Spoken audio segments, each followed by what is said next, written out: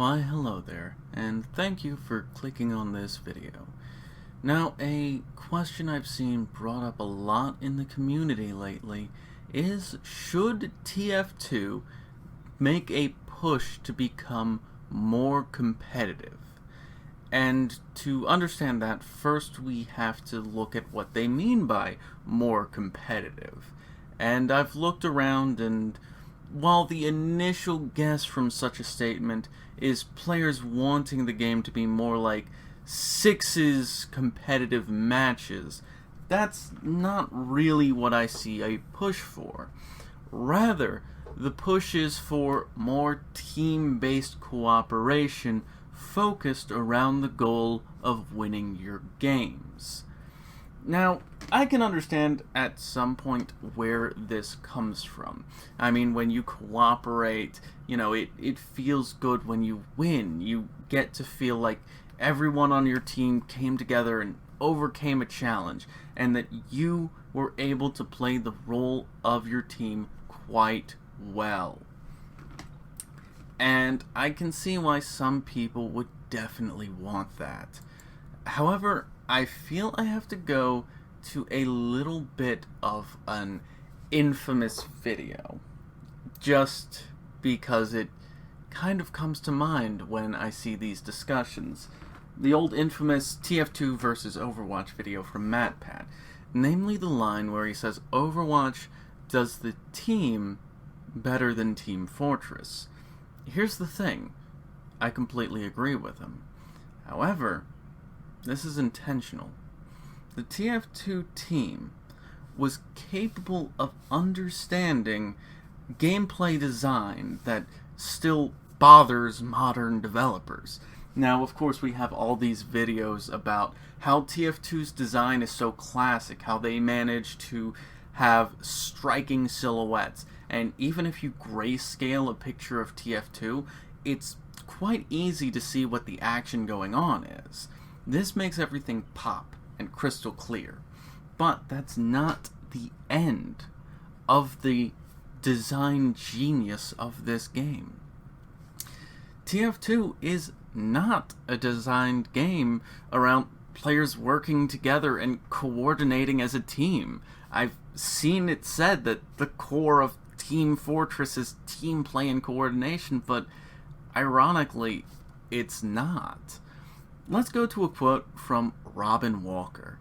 They could look left, look right, and see teammates doing stuff and go, man, we're working so well together as a team, even though we started with the base assumption that they were ignoring everyone else, because it turns out that's the way most players work. And he's absolutely right. Most players want to go off and do their thing. They want their own agency. They want to decide what they're doing. And it actually works out quite well. TF2 has these large casual player bases and competitive players for a reason. The competitive players get to focus on what they like. They like to go and take on any challenge that presents itself in the objective of winning the game. And the competitive players get to be relaxed, and they never have to feel like their team hates them or is flaming at them for not being as good as others in their team or not knowing what they're supposed to do. And both of these sides can coexist, and they have in TF2 for over a decade. Now, as a quick example, I would like to look at 4 different games. TF2, Overwatch, League of Legends, and Splatoon. Mostly because these are team-based PvP games that I actually have some kind of experience with. And I'd say, without a doubt, from the least to the most frustrating to play, it would go Team Fortress 2, Splatoon, Overwatch, League of Legends, with a very big gap between Splatoon and Overwatch. And, incidentally, the most reliance on your team, from least to most, also goes that same direction with another big gap between Splatoon and Overwatch. There's a reason for that. And that is that relying on your team, well, there's no easy way to put it, it sucks. Players want their own personal agency. They want to play the way that they want to do. And when teamwork is important, a lot of players want their team to play to them and not the other way around. And even in Team Fortress 2, some of the most frustrating parts of the game comes from the points where this kind of team play and cooperation is important. Busting and protecting sentry nests, medic in general, players frustrated at an overabundance of spies and snipers. Because players don't want to adjust how they play. Players want other people to adjust how they play instead. And this creates flaming. Because when you get frustrated in a team-based game, it's a lot easier to say, oh, well, I'm not doing well because my team isn't picking up their slack. My team is not doing their job, and that's not letting me do my job. And you can't get rid of this. Overwatch and League of Legends have massive problems with flaming and players getting angry at each other when TF2 doesn't really have this. And it's not a moderation problem. League of Legends and Overwatch tries really hard to moderate how players talk to each other and still has these gigantic problems. And Valve certainly wouldn't give that kind of moderation. If you think Valve would do anything about that, have we been playing the same game? And then players can even abuse these kinds of systems to grief. When a player is upset at their team and they want to take it out on their team and their team has to rely on them, they can just troll the match. They can just troll the match and make everyone's experience worse. You can't do that in Team Fortress 2. You can have a spy playing his first game ever that hasn't gotten a kill in the last 10 minutes, and nobody cares. Nobody has to care about this guy because you're not relying on this guy to do his job so that you can do your job. Now, this is certainly something that different voices in the community share, but I don't find it to be a coincidence that two of the biggest content creators and voices in the community arguing for this is an engineer main and a medic main. Two of the classes that are already more team reliant than the other classes in the game. And I'm sure to them it feels frustrating. As an engineer, when nobody is protecting your buildings, you just want someone to protect your buildings. You feel like, oh, well, that's great. I'm defending this nest myself against a direct hit soldier. This is fun. I like doing this. Or a medic. When your team isn't properly protecting you, it feels frustrating because you need to rely on them to protect you. And I'm sure from their perspectives, it seems like a very good idea. If players are more competitive, if they're putting more of a reliance on teamwork, then classes like the engineer and medic, well, they'll feel more fun to play, right? Because your team will actually be playing around you and allow you to do what you want them to do. And you can do what you need to do.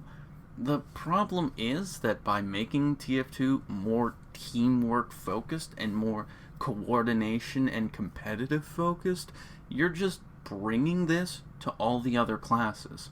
Look, it's not a coincidence that medic is the class that is the most infamous for being flamed by his team. Instead, you want everyone to experience that kind of joy. Why? By bringing a new competitive team-based future to Team Fortress 2, you're not getting rid of those problems. You're actually making them worse. You're amplifying them because now everyone feels that way about everyone else. Which brings me to one of the myths that you can't kill the silliness and casualness from TF2, that making it more competitive and team-based will still manage to keep that stuff in there because it's core to TF2. it's core to TF2 because TF2 is designed around this idea that everyone can go around and do their own thing and still feel like they're not a dead weight and a detriment to their team. By fixing TF2 to become more teamwork and coordination focused, you're actually getting rid of that allows this to occur. Suddenly your soldier is like, ugh, why is our other soldier going around trying to market garden people? Why isn't our demo knight doing his job? Why is he trying to play demo knight? He should just get out his sticky bomb launcher and then we'd be able to win. Why is our heavy sitting around giving sandwiches to the enemy team? Which then causes players like that to flame the players that they consider deadweights, the players that they are going to blame for them not being able to do their job. And when they get frustrated at these players, they start taking out those frustrations on those players. And then suddenly those players are given a choice. Either play the game correctly and learn how to play better, or get out of the game. Now look, TF2's long-lasting longevity, redundancy, that came despite Valve giving it so little attention is not a coincidence. It's not a problem with how the game is designed, it's because of how the game is designed. The original design of TF2 that players don't need to worry about that kind of coordination and teamwork and can just go off and do whatever they feel like and still feel like the team is playing as a whole, that is the essence of Team Fortress 2. That is what keeps it around so much. There's a reason that players that play Overwatch and League of Legends are commonly joked to hate the game that they're playing, because it's toxic cesspools that are based off of frustration, off of relying on your team, and it makes the experience just that much worse. It makes the lows lower and the highs don't get that much higher, and the lows become a lot more common as well. It's not just TF2's solid gameplay, it's the rarity in that Team Fortress 2 understands how players play team-based games, something that other designers still haven't figured out to this day, and that is the secret behind TF2's magic. And trying to change that to make it more competitive and team-based is just making the same mistake that all the other games are making. Now, I want to stress, if you just want to have some community servers where people are all playing the objective and trying to win, that's fine. If you want to actually change TF2 at its core to force teamwork and cooperation, because that's the only way you're going to get that out of pubs, is by forcing players to do it, you're ruining TF2, even if you don't realize it yet. Okay, so this was recorded after I went to find footage for this video, and I have got to say, I was not expecting such a magical game of man versus machine. This is... really, I'm at a loss for words. I didn't know what to expect when I queued up for some MVM. Just some boot camp, just something casual, relaxing, not even advanced, because most boot camp players can't do an advanced mission. But wow, this was truly something magical, wasn't it? Oh my lord. Honestly, I'm surprised at how far we got. Spoiler alert, didn't manage to complete it. People started leaving. But man, for when it was happening, that was magical. That was absolutely magical. So I'm leaving the end of that round in the video. We had one more round after this, but at that point we had 3 people leave, and I just left because there was no point trying to continue. Really shows off some of the magic of some of the TF2 players. especially when they don't really know what they're doing.